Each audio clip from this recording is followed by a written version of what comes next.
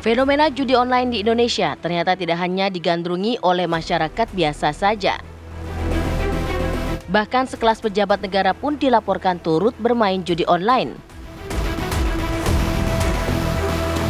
Dalam rapat kerja dengan Komisi 3 DPR, Pusat Laporan dan Analisis Transaksi Keuangan PPATK mengaku mengantongi data bahwa lebih dari 1.000 anggota legislatif, mulai dari DPR, DPRD, dan pegawai Sekretariat Jenderal Legislatif menjadi pemain judi online. Dari anggota yang terlibat, PPATK mengungkapkan jumlah transaksinya bervariasi. Kepala PPATK mengungkapkan jumlah transaksi judi online di anggota Dewan mencapai 63.000 transaksi dengan angka transaksi bisa menyentuh ratusan juta hingga miliaran rupiah per orang. PPATK juga mengaku telah mengantongi data pribadi para anggota Dewan yang terlibat dalam transaksi judi online. Keterlibatan para anggota Dewan mulai dari tingkat pusat hingga daerah dalam transaksi judi online sungguh ironis. Di saat pemerintah gencar memberantas praktik judi online, oknum anggota Dewan justru melakukan praktik melawan hukum. Tim TV One mengabarkan. Di kuartal pertama saja di tahun ini kami menemukan transaksi sebesar 101 triliun lebih terkait dengan judi online. Nah, jumlah transaksi yang kami analisis secara keseluruhan sudah mencapai 400 juta transaksi. Di tahun ini saja sampai kuartal 1 kami sudah lebih dari 60 juta transaksi. Untuk sampai bulan ini saja kami menemukan lebih dari 60 juta transaksi. Nah, pertanyaan apakah ini terkait dengan semua kalangan? Ya, kami bahkan tadi Pak Johan Budi gimana sih detailnya, ya kita seperti yang sudah disampaikan Ketua Tim Satgas kemarin Bapak Menko Polhukam, bahkan kita sudah memotret sampai kepada kecamatan, sampai kepada desa. Jadi kita sudah paham di provinsi mana saja paling banyak, lalu kemudian di Dati 2 mana saja paling banyak, lalu kemudian gender juga kita sudah punya, profesinya sudah ada, dan sampai ke tingkat desa. Dan bahkan profesi-profesi sudah kita petakan, sampai tadi Bapak menyinggung masalah wartawan dan segala macam. Nah, pertanyaan terkait dengan, ya pertanyaan apakah profesi, ini kita bicara profesi ya, seperti Bapak Pak Habibur Rahman tadi, apakah ada legislatif pusat dan daerah? Ya, kita menemukan itu lebih dari 1.000 orang, lebih dari 1.000 orang. Ya. Oke. Pak, jadi gini Pak Ivan, ya. Kan datanya ada nih Pak. Ya. Datanya ada, profesi legislatif datanya ada. Ya. Mungkin terkait DPR RI, kan kita ada MKD DPR. Ya. Saya anggota MKD juga Pak kebetulan. Di sini ada Pak pimpinannya, ada nggak? Ya, kita minta tolong dikasih aja ke MKD Pak, biar kita bisa lakukan penyikapannya seperti apa nanti. Ya. Bikin geleng-geleng kepala ya, wakil rakyat kan sebagai contoh ya, tapi ternyata malah terjerat judi online. Saya mau ngomong speechless tadi ya. Jumlahnya ribuan lebih anggota legislatif baik di DPRD maupun DPR. Nah, bagaimana kemudian sejauh mana nanti MKD Mahkamah Kehormatan Dewan akan menindaklanjuti hal ini, dan apa sih sebenarnya bagaimana peran dari terduga anggota Dewan yang bermain dalam judi online ini? Nanti kita bahas bersama para narasumber. Sudah hadir di studio ada Bang Sebastian Salang selaku pendiri Formapi, Forum Masyarakat Peduli Parlemen Indonesia. Selamat pagi. Selamat pagi. Dan kita juga sudah terhubung bersama dengan Bang Trimedia Panjaitan selaku anggota Komisi 3 DPR RI fraksi PDIP. Selamat pagi Bang Trimedia. Bang Trimed, selamat pagi. Ya, selamat pagi Mbak. Baik, saya langsung ke Bang Trimedia kalau begitu. Bang Trimedia dari MKD, akan sejauh mana nanti akan menindaklanjuti? Kalau kita lihat kan ini kabarnya tidak butuh laporan lagi, akan langsung bertindak tanpa adanya laporan. Nah, sudah sejauh mana tindakan dari MKD sejauh ini, Bang?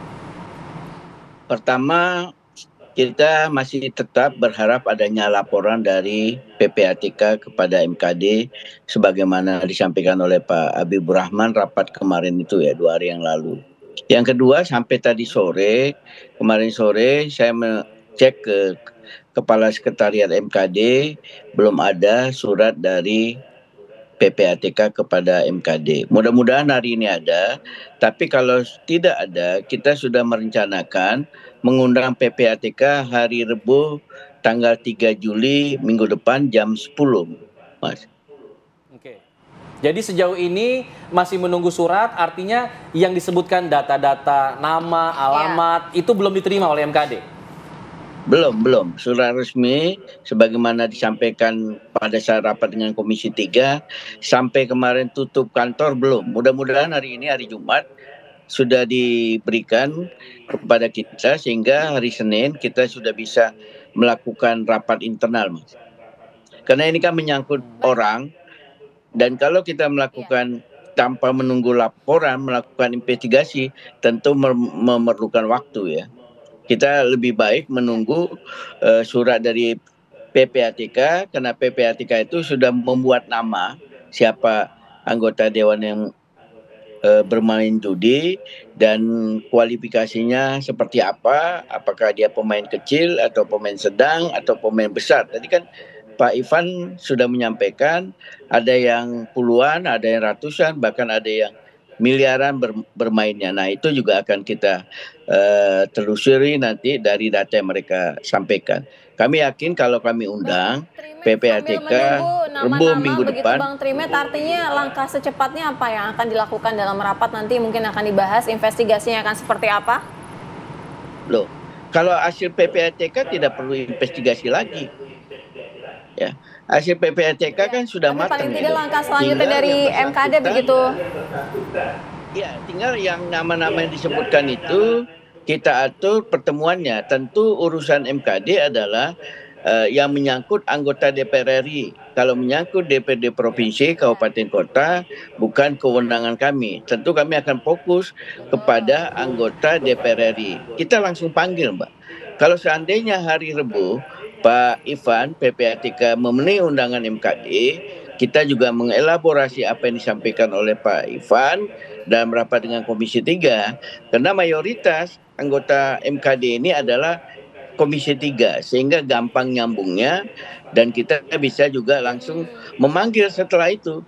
Bisa saja Kamis atau Jumat kita sudah mulai lakukan pemanggilan klarifikasi kepada nama-nama yang disebutkan oleh PPATK, terutama yang pemain besar yang menurut saya.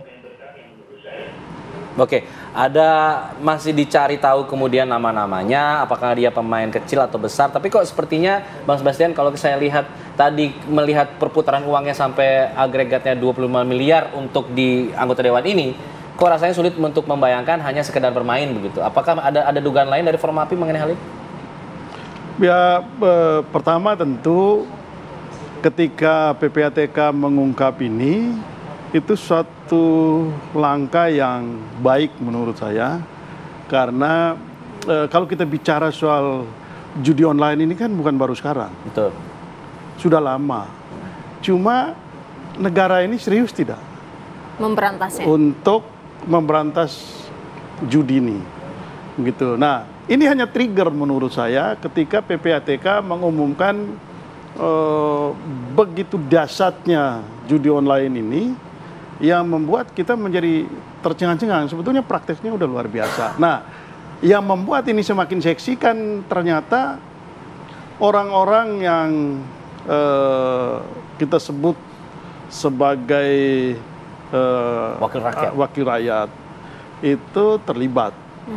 Dan dari angka yang dimunculkan itu kan cukup fantastis. Ya. Nah, saya setuju tadi Bang Trimet itu mencoba mengkategorisasi peran dari orang-orang yang diungkap, karena dari penjelasan PPATK itu kan sangat rinci ya, namanya, nomor yang digunakan, nominalnya itu kan jelas sekali. Jadi selain kategorisasi dia pemain kecil, sedang atau menengah, tapi lebih dari itu jangan-jangan ada bandar juga di situ. Itu penting sekali menurut saya supaya diungkap lebih jauh, agar gini, kalau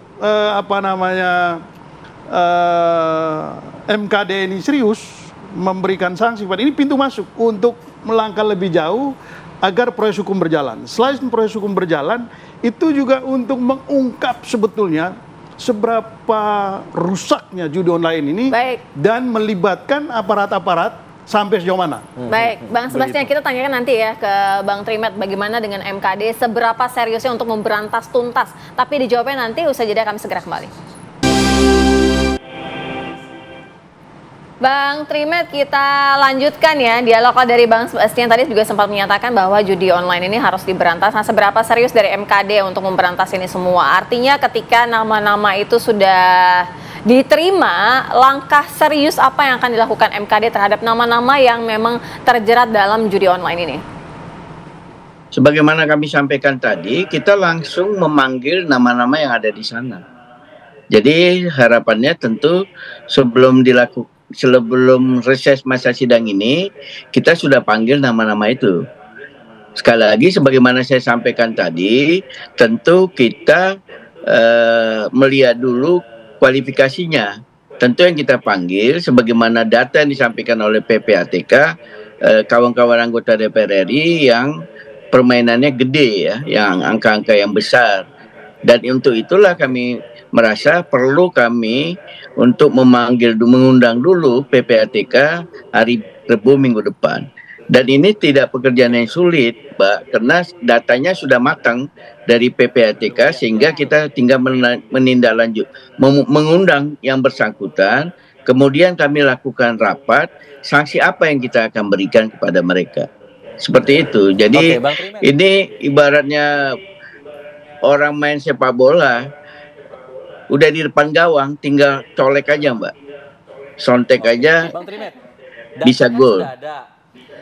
Pemanggilan akan segera dilakukan. Nah, yang ada jaminan tidak bahwa pemanggilan ini akan bersifat terbuka untuk publik sehingga kita bisa tahu secara detail siapa-siapa orangnya?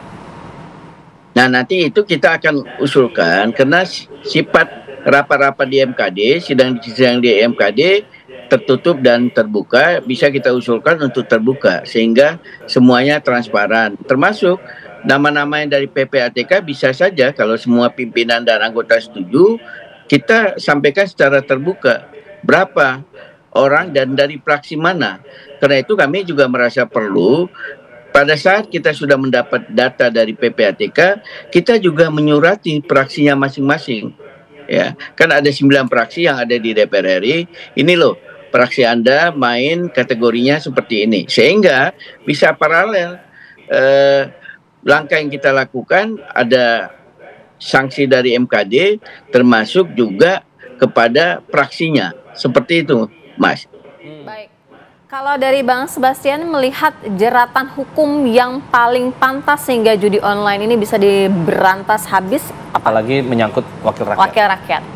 Ya, kalau MKD itu kan sanksinya mulai dari yang sanksi administratif sampai ke sanksi pemecatan. Saya kira nanti MKD yang akan melihat berdasarkan peran. Ya, apakah dia hanya pemain dan pemain kecil saja baru belajar, apakah dia sudah pemain besar atau masuk ke kategori berikutnya. Satu, jangan-jangan ini jadi bandar. Yang kedua, jangan-jangan ini menjadi backing gitu dari pemain besar lainnya. Judi online ini. Ini penting sekali untuk ditelusuri dan sanksi yang diberikan kepada anggota DPR ini menurut saya penting sebagai sinyal kepada pemain-pemain judi online ini untuk segera kita ingatkan berhenti gitu. Lalu kemudian yang kedua, ini juga untuk mendorong kalau DPR-nya betul-betul tegas.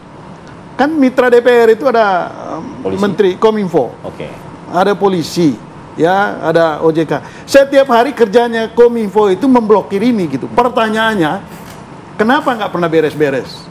Ada apa gitu di situ? Jangan-jangan ada orang di dalam. Iya, Menteri Kominfonya. Lo bisa nggak bertanggung jawab?